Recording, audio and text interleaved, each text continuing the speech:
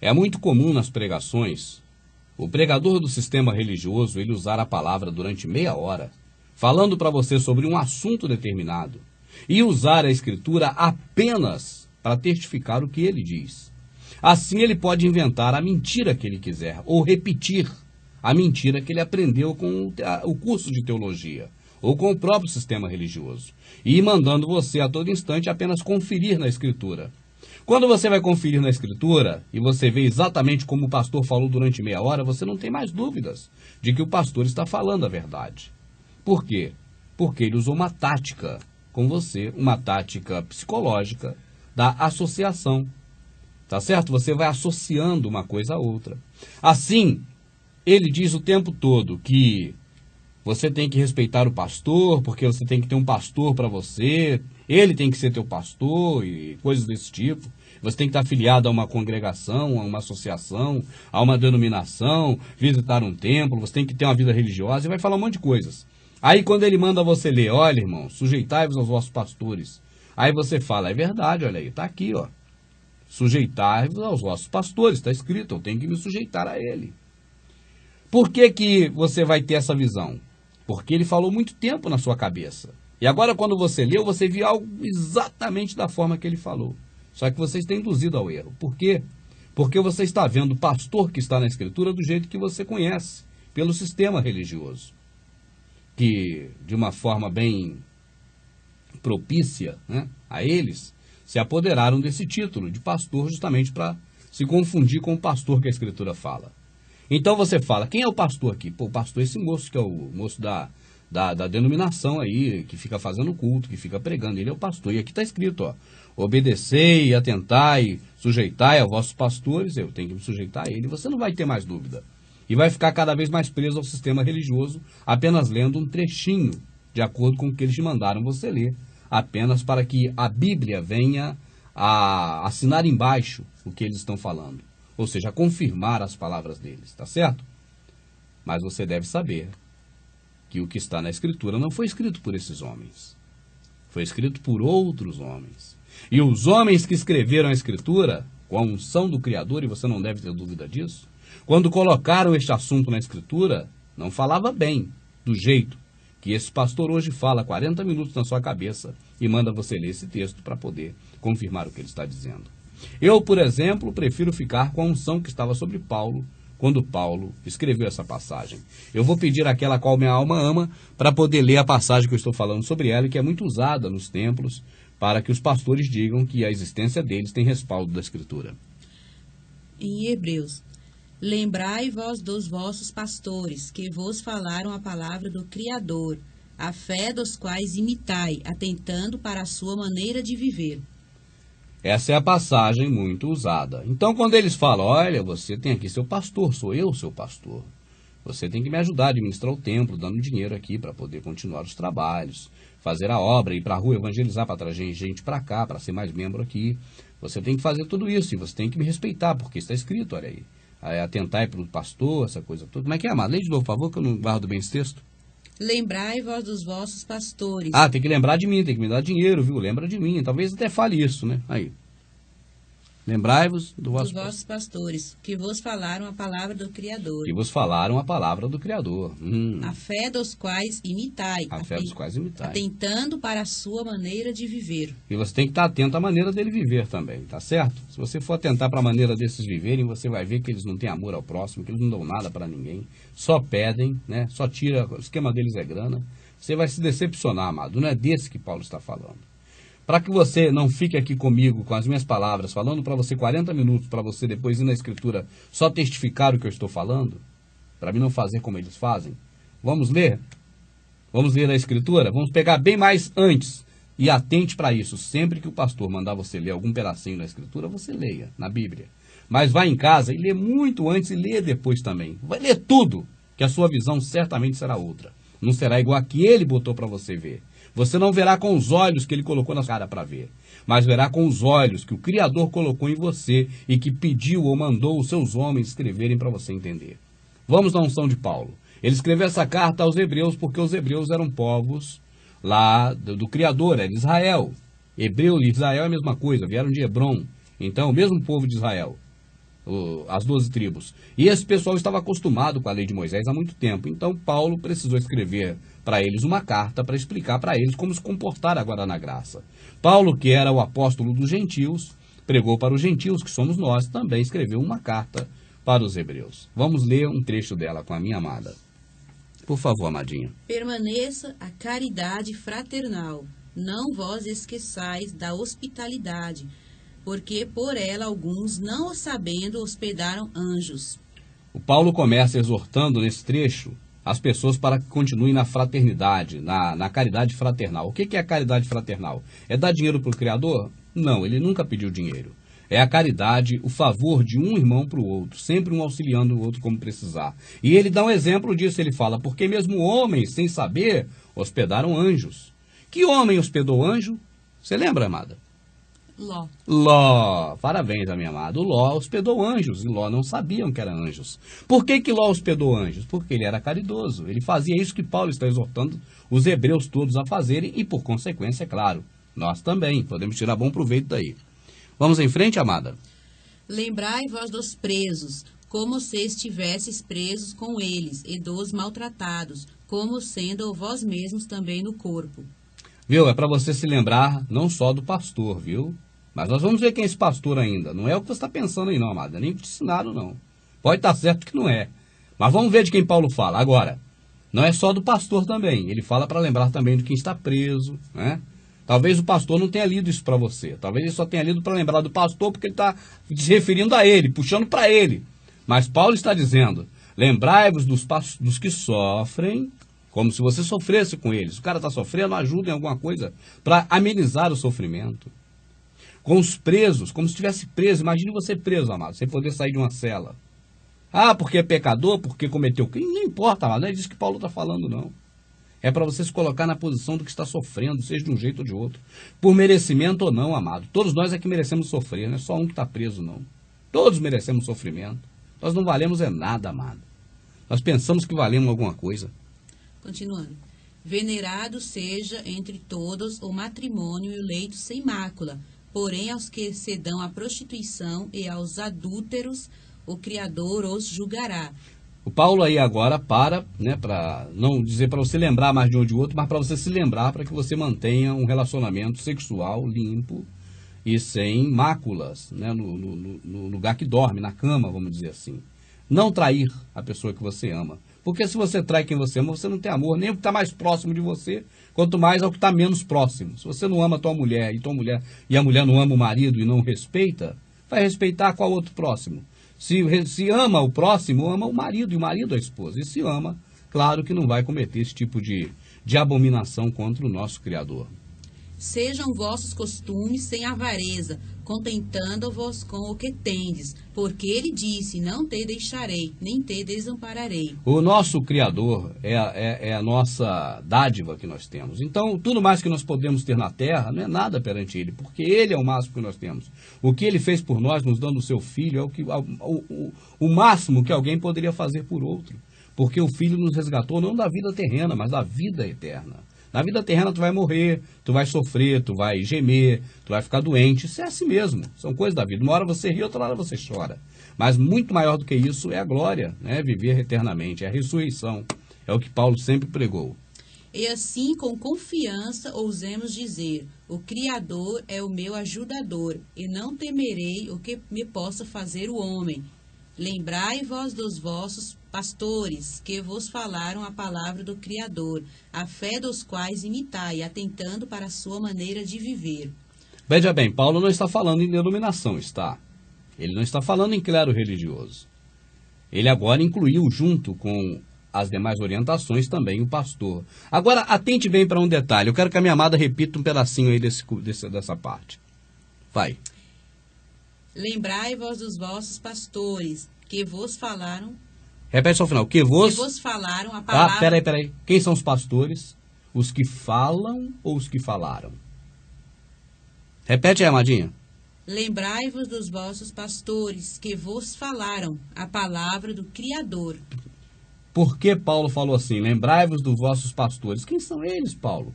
Os que vos falou. Você lembra deles? Os que vos falou a palavra do Salvador?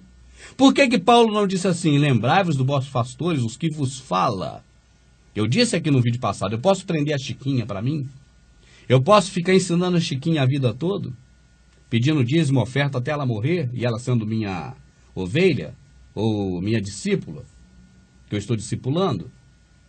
Eu posso fazer isso? Isso tem amparo da Escritura? É só você ler outras cartas de Paulo, ler Atos dos Apóstolos e outras passagens que você vai ver que exatamente não tem amparo. É disso que Paulo está falando. Os pastores são todos aqueles que mostram para as ovelhas os pastos verdejantes. Mas ele não fica ali segurando as ovelhas, prendendo no aprisco, nada disso. Então, quando Paulo fala de pastores na Escritura, e algumas Bíblias trazem a palavra guias, outras trazem reis, ou seja, assim, governantes, né? Porque cada um coloca agora uma versão que mais se apropria ao que eles estão ensinando na mentira. Isso prova também que a Bíblia não é a palavra de Deus. Se fosse, não teria cada hora uma versão diferente, com um linguajar diferente. Em uma está pastores, outra está guias, a outra agora já está governantes, a mais moderna, e por aí vai, né?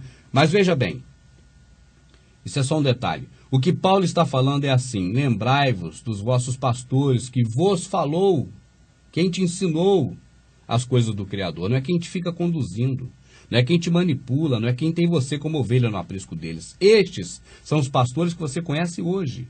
Mas essa classe de pastores não é essa que Paulo está falando. Não é desses. As características são outras. Aqueles que Paulo se refere não tinham templos, não construíram templos, não tinham denominações, não aprenderam junto com os cursos de teologia, não usavam de práticas a culto à mitra, não aprenderam com o sistema romano de dominar as pessoas, construir império religioso como Roma construiu. Tem várias características diferentes daqueles que ensinam da forma que Paulo ensinou a ensinar. Aqueles não havia entre eles hierarquias, aqueles conheciam a Escritura. Aqueles já viram Paulo ler antes e dizer, sabe o quê? Paulo falando assim, olha, só há um batismo, só há um Criador, só há um acima de vocês. Então vocês não fiquem um querendo tomar conta do outro. Ficai-vos cada um na vocação a qual fosse chamados, porque ele mesmo deu uns para pastores, outros para mestres. Você vai ler, acho que é Hebreus ou Efésios, se eu não me engano, e vai ver Paulo falando sobre isso. O Salvador falou assim, olha, toda a autoridade foi dada a mim. Toda a autoridade foi dada a mim. Não existe mais autoridade entre a gente para as questões espirituais. Existe autoridade política, mas o Salvador não se referia a isso. Eles te enganam. Fala que o Salvador estava falando de autoridade política. Então, peraí. Então, o Salvador foi o autor da chacina de Hiroshima e Nagasaki? E a autoridade foi dada a ele. Foi a autoridade terrena que massacrou Hiroshima e Nagasaki. Ele foi autor da chacina que os Estados Unidos fez no World Trade Center? Ele foi autor da covardia de Pearl Harbor na Segunda Guerra? A autoridade é dele. Não, meu amado. Embora os cães gulosos te ensinem que a autoridade política foi dada ao Criador, o mundo jaz no maligno. Ele nem quer essa autoridade, o reino dele não é desse mundo. A autoridade que foi dada a ele, toda a autoridade que foi dada a ele, é a autoridade espiritual. Não há ninguém acima de você, além do Criador. Só ele, não tem outro. A Escritura diz assim, porquanto só há um mediador entre o Criador e o homem, o Salvador, homem. Leia bem, está escrito o Salvador, homem, para você ver que não precisa de outro homem. Então, toda vez que um cão guloso falar para você que está na Escritura que ele tem respaldo, você lê atentamente que você vai chegar a essa conclusão. Agora, eu não vou parar por aqui não, eles mandam parar, mas eu vou em frente. Porque lá na frente, neste mesmo capítulo deles, você vai ver Paulo falando que o nosso pastor não é eles, mas é o Salvador. Olha lá. Vamos seguir. Lembrai-vos dos vossos pastores que vos falaram a palavra do Criador. E que não são esses cães gulosos que estão aí. Esses aí seguem a Mitra, seguem a Constantino. Eles têm práticas que não são igual daqueles que Paulo se refere. Os pastores que apenas falam para a pessoa para despertamento e daí em diante o próprio Espírito Santo é que ensina porque assim está escrito. A fé dos quais imitai, atentando para a sua maneira de viver. Como é que eu vou atentar para a maneira de viver desses homens hoje? Eu posso atentar para a maneira deles viver para me seguir? Como é que eu vou fazer isso? Não tem como. O Salvador é o mesmo ontem, hoje e eternamente. Não vos deixeis levar em redor por doutrinas várias e estranhas, porque bom é que o coração se fortifique com graça, e não com manjares, que de nada aproveitam aos que a ele se entregaram. De que manjares é esse que ele está falando? Das oblações, das coisas da velha aliança. Entende? De altar. O nosso altar é o Salvador. Nós não podemos ter o altar como tem no templo. Aquele templo ali tem um altar ali em cima. E já estão botando até a arca em cima daquele altar. É pior ainda. A arca que Jeremias fala para a gente nem lembrar dela mais. Temos um altar de que não tem direito de comer os que servem ao tabernáculo, porque os corpos dos animais cujo sangue é pelo pecado trazido pelo sumo sacerdote para o santuário são queimados fora do arraial. E por isso também o Salvador, para santificar o povo, pelo seu próprio sangue, padeceu fora da porta. Agora pede o seu pastor para te explicar isso. Vê o que ele vai ter que inventar de mentira para ele te explicar isso. Porque se ele for falar a verdade, ele joga ele por terra. O que Paulo está falando aí? Parece um mistério, não parece, amado? Parece algo assim do outro mundo que a gente não compreende. Paulo está dizendo coisa simples, meu amado. Paulo está falando para você, para obedecer, para você atentar para o modo de andar daqueles que te falaram a palavra, tá certo? Está falando, lê logo depois, amada, porque fugiu aqui o pensamento. Porque os corpos dos animais... Não, antes. Temos um altar de que não tem direito de comer os que servem ao tabernáculo. Temos um altar, este é o Salvador, o que morreu de verdade por nós, que é o único acima de nós, entre nós e o Criador. Não tem outro para poder ficar te guiando. Entende? E não tem direito de participar deste altar o que serve aos tabernáculos, quem visita templo. Quem está em templo, tabernáculo é templo, amado, templo de pedra, onde esses homens que se dizem os pastores que Paulo se referia, e não são esses, mas se dizem esses, onde eles ficam? No templo de pedra. Segue, por favor. Porque os corpos dos animais cujo sangue é pelo pecado trazido pelo sumo sacerdote para o santuário são queimados fora do arraial. E por isso também o Salvador, para santificar o povo pelo seu próprio sangue, padeceu fora da porta. Fora da porta, amado. A porta que o Salvador se refere, a porta do curral das ovelhas, a porta do aprisco. O Salvador padeceu fora do sistema religioso. É isso que está falando. O que acontecia? O sacrifício era algo inerente ao sistema religioso. Você está entendendo? Sacrifício de animais era algo inerente ao sistema religioso. Eram os sacerdotes quem oferecia esses sacrifícios. Mas o sacrifício perfeito do nosso Salvador não foi oferecido por sacerdote dentro do sistema religioso, não. Foi fora. Ele padeceu fora do sistema religioso. É isso que ele fala. Ele próprio, no Evangelho de João, quando ele diz, eu sou a porta. O que passa achará pastagem. A porta do sistema religioso. A saída do sistema religioso. Leia com atenção o Evangelho de João todo e se atente nesse detalhe quando ele fala que o ladrão veio matar, roubar e destruir, que ele está se referindo ao sistema religioso que veio matar, roubar e destruir. É ali um pouco antes. Saiamos, pois, a ele fora do arraial. Fora do sistema religioso. Você quer sair em encontro ao Salvador? Saia ao encontro do Salvador fora do sistema religioso. Dentro do sistema religioso você não o encontrará. Você encontra o capeta, o filho do diabo, falando mentira. Saiamos, pois, a ele fora do arraial, levando o seu vitupério, porque não temos aqui cidade permanente, mas buscamos a futura. Aí você vê esses homens que falam para você essas mentiras. Veja se não são os mesmos que ficam te incentivando com as coisas do mundo. Para que você tenha carro, tenha casa, tenha felicidade aqui no mundo, tenha saúde, tenha tudo que puder aqui do mundo. Vê se não são os mesmos, meu amado. Observe se não são os mesmos. Esses homens que estão aí hoje, aí dizem que são aqueles. Paulo está falando o contrário, contra esses que estão aí hoje, que te mandam querer o melhor dessa terra. Ele está dizendo que nós temos algo não aqui, mas fora daqui. Algo no plano celestial. Agora vamos em frente que ele vai dizer quem é nosso pastor. Se são esses homens que estão aí.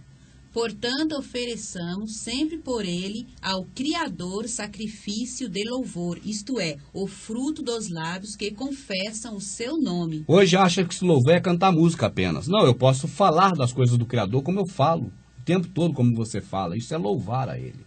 Tá certo? Isso é algo que agrada o Criador. Reconhecer a sua magnitude. Foi assim que o Salvador ensinou na oração do Pai Nosso.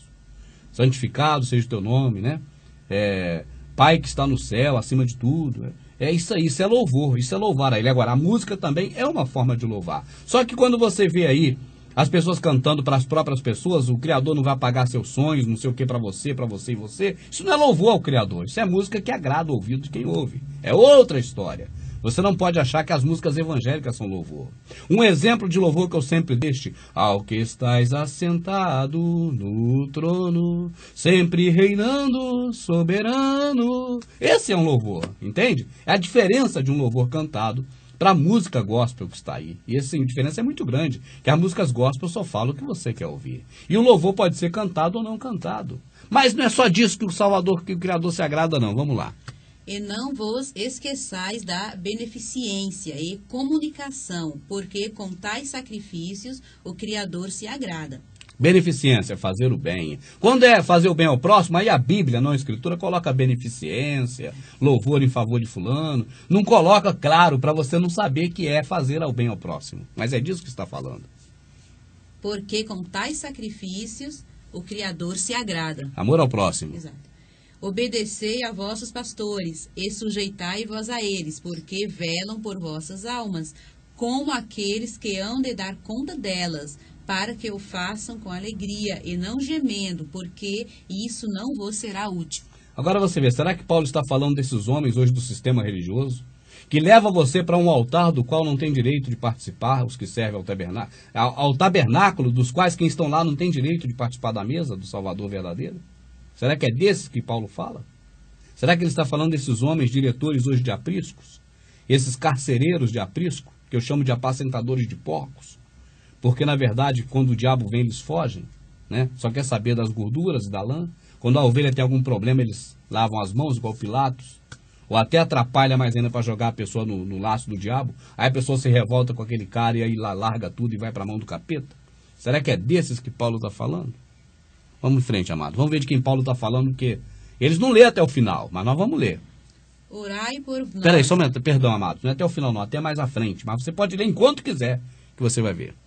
Orai por nós, porque confiamos que temos boa consciência, como aqueles que em tudo querem portar-se honestamente. E rogo-vos com instância, que assim o façais, para que eu mais depressa vos seja restituído. Ora, o Criador de paz, que pelo sangue do concerto eterno tornou a trazer dos mortos o nosso Salvador, grande pastor das ovelhas. Quem é o grande pastor das ovelhas? O Salvador. Agora você observou, amada, que tem uma epígrafe por aí? Sim. Por que será que colocaram uma epígrafe aí?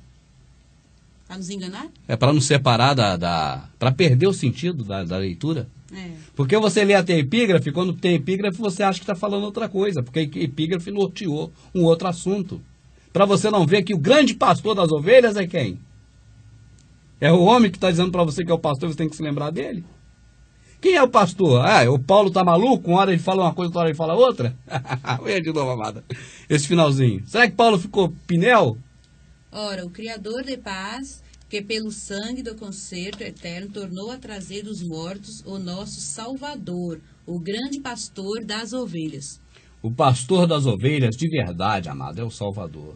Nós somos pastores de ovelhas aqui na terra, falando das coisas do Criador até a pessoa conhecer.